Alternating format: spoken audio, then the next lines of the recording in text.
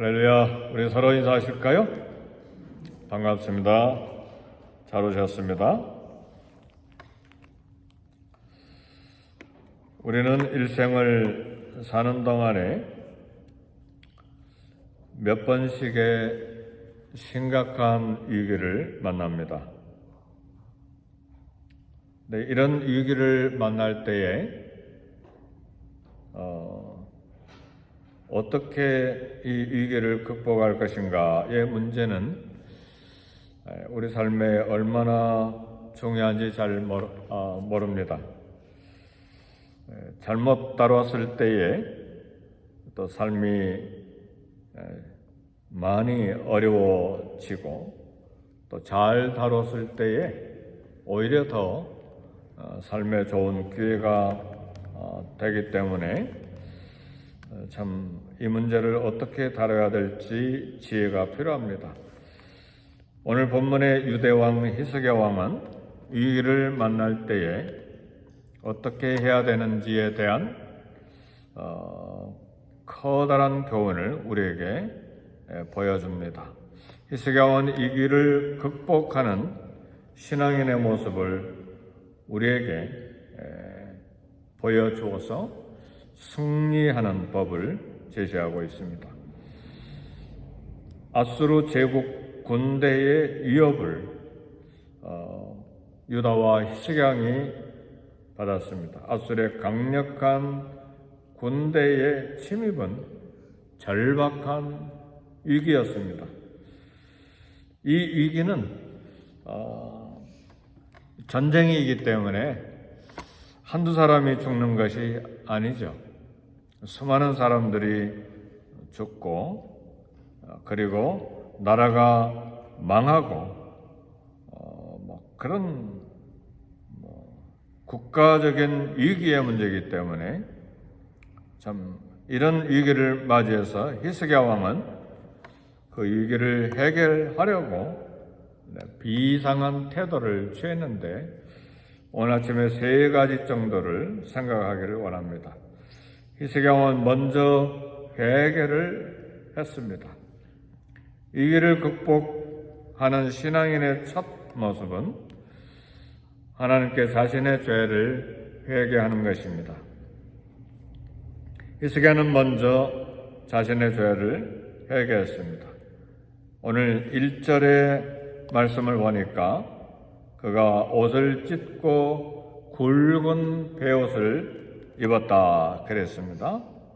옷을 찢고 베옷을 입는 것은 한 네 가지 의미가 있는데 첫 번째는 엄청나게 슬플 때 옷을 찢고 베옷을 입고 그 다음에 재난을 당할 때 그런 뉘우치는 마음으로 또 세 번째는 굉장히 분노할 때 그리고 마지막에는 진정으로 회개할 때 이렇게 유대인들은 옷을 찢고 굵은 베옷을 입었는데 히스기야는 굵은 베옷을 입고 옷을 찢음으로써 자신이 죄인임을 나타내고 또 하나는 이 아수르 적군 랍사게가 또 사네립 왕이 하나님을 모독하는 하나님을 비방하는 말하는 것에 대해서 분노했습니다. 하나님의 이름이 모욕을 받다니 분노함으로 또 회개함으로 이렇게 옷을 찢고 베옷을 입었습니다. 위기를 만날 때 회개하는 마음부터 갖는 것이 지혜요 위기를 극복하는 방법입니다. 그래서 우리는 위기를 만날 때 먼저 하나님 앞에 우리 자신의 연약함과 허물이 무엇인지를 들여다보는 것이 위기를 극복하는 첫 번째 방법인 줄 알아야 합니다. 두 번째는 기도했습니다. 위기 극복의 두 번째 방법은 하나님 앞에 기도하는 것입니다. 히스기야는 어려움을 만났을 때 즉시 하나님을 찾았습니다. 이것이 지혜입니다. 사네립 아수르 왕의 보낸 하나님을 모독하고 남쪽 유다를 위협하는 이 왕의 편지를 하나님 앞에 펴놓고 성전에서 기도했습니다. 위기 때에 히스기야는 군대 장군이나 또 군사 전략가를 찾지 않았습니다. 먼저 바로 성전에 들어갔습니다. 위기를 만날 때 바로 그 자리에서 무릎 꿇고 하나님 앞에 기도하는 영성이 있기를 주의 이름으로 축복합니다. 이건 영성이에요. 정말 두렵고 놀랍고 삶에 심각한 위기가 왔을 때 어떡할까 하고 막 걱정만 하고 이 사람 저 사람 전화하고 뭐 방법을 찾고 그런 것이 아니라 그 자리에서 엎드려 기도하는 거예요. 이것이 하나님을 즉각적으로 찾는 것은 믿음이에요. 영성이에요. 그리고 이것이 우리 신앙인의 본능이어야 됩니다. 성도 여러분, 어려운 일을 만날 때 여성들은 보통 어떻게 합니까? 소리가 나오죠. 엄마야! 그럽니까? 예. 아유, 할렐루야! 예. 주여! 하나님! 이거 어떡합니까, 하나님? 그리고 바짝 엎드려서 기도하는 게 믿음이에요. 영성이에요. 그리고 그것이 수십 년간 신앙생활 해온 열매예요. 그렇게 이물질이 눈에 팍 들어올 때 반사작용으로 눈꺼풀이 팍 다치잖아요. 그런 것처럼 하나님을 찾아야 됩니다. 히스기야말로 모든 문제에 대한 해답의 열쇠를 쥐고 계시는 하나님 앞에 나아갔어요. 하나님은 겸손하게 하나님 앞에 나오는 자에게 반드시 은혜를 베푸시는 분입니다. 그럴 때는 형식적으로 기도하는 게 아니잖아요. 정말 하나님 살아계심을 믿습니다. 하나님, 이 문제 주님 아니면 해결할 방법이 없습니다. 간절하고 진실하기 때문에 하나님 앞에 곧바로 이 기도가 하나님 보좌에 올라가게 되는 것이고 하나님의 귀를 기울이시는 것입니다. 우리 역사에 보면 지도자 모세도 어려운 일을 만날 때 바로 먼저 하나님의 장막을 잡고 하나님 앞에 엎드렸습니다. 출애굽기 내용이 이렇게 들여다보면 어려운 일을 만날 때 모세는 하나님 앞에 엎드렸다고 그랬어요. 그것이 여러 번 반복해서 기록됩니다. 하나님 외에 해결 방법이 없기 때문에, 그래서 하나님을 만나는 일보다 더 급한 일은 없습니다. 에레미야 29장 13절에 보니까 너희가 전심으로 나를 찾고 찾으면 만나리라. 그래서 집에서 기도가 잘 안 되면 교회로 오세요. 이 교회가 낮에는 비어 있잖아요. 아침에도 비어 있고 오후에도 비어 있고 저녁에는 이제 우리 교회도 쓰고 뭐 라틴 히스패닉 사람들도 쓰고 EM도 쓰고 그러니까 저녁은 조금 그렇지만 그래도 저녁에도 화요일, 금요일은 비어 있어요. 저녁. 네. 나머지는 다 꽉 차 있지만, 그러니까 오전, 오후 아니면 새벽 이런 때 여러분이 와서 기도하니까 하나님 만나는 것이 가장 중요한 일이고 가장 급한 일이고 또 하나님 외에 우리 인생의 위기를 해결할 분이 없기 때문에 기도해야 됩니다. 간절한 기도로 기도응답을 받은 사람들이 성경에 무수하게 나오죠. 신구약 성경에 보면 모세도 그렇고 기드온도 그렇고 그리고 또 한나, 사무엘의 어머니 한나도 그렇고 엘리야도 마찬가지고, 엘리야도 수도 없이 기도하잖아요. 그래서 야고보 선생님은 엘리야 기도를 야고보서에 소개하잖아요. 성정이 우리와 똑같은 사람이되 그가 기도한즉 비가 오지 아니하고, 또 기도한즉 3년 반 만에 비가 오기 시작하고, 그래서 엘리야는 간절히 기도했다. 믿음의 기도였다. 그리고 또 의인의 기도였다. 엘리야의 기도의 3대 기도 방법이 그거였어요. 의인의 기도였고, 믿음의 기도였고, 간절히 기도했다. 야고보 선생님이 소개했죠. 근데 야고보 선생님도 야고보를 쓴 예수님의 동생 야고보도 별명이 있어요. 낙타무릎이었어요. 얼마나 기도를 많이 했으면, 무릎이 낙타처럼 됐으면 야고보의 별명이 낙타무릎이었겠습니까? 오늘 저와 여러분들의 별명이 낙타무릎이기를 주의 이름으로 축복합니다. 참 기도로 하나님을 섬기는 것은 위대한 일입니다.